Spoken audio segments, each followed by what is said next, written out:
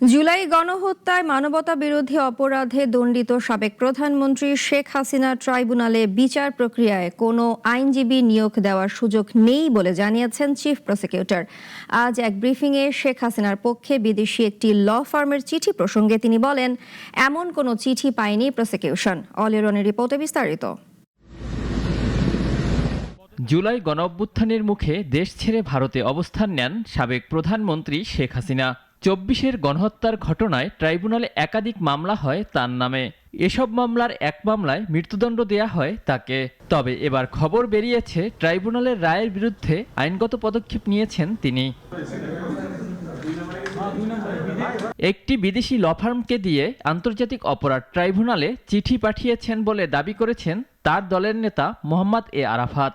ট্রাইব্যুনালে আসামির অনুপস্থিতিতে যেভাবে বিচার করা হয়েছে তাতে আন্তর্জাতিক আইন এবং ন্যায় বিচারের মৌলিক মানদণ্ড লঙ্ঘন হয়েছে, এমন দাবি করেছেন আওয়ামী লীগ সভানেত্রী। যদিও চিফ প্রসিকিউটর বলছেন এমন কোনো চিঠি ট্রাইব্যুনালের হাতে আসেনি। আমাদের কাছে অফিসিয়ালি এরকম কোনো চিঠি কেউ পাঠায়নি। আপনাদের মাধ্যমে আমি এই চিঠির কথা জানতে পারছি।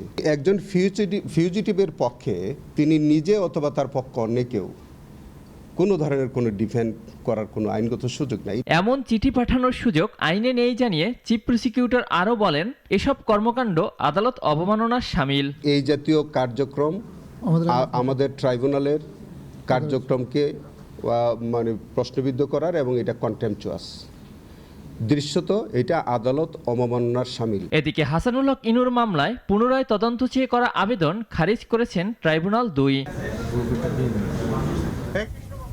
অলিউল রনি, নাগরিক, ঢাকা।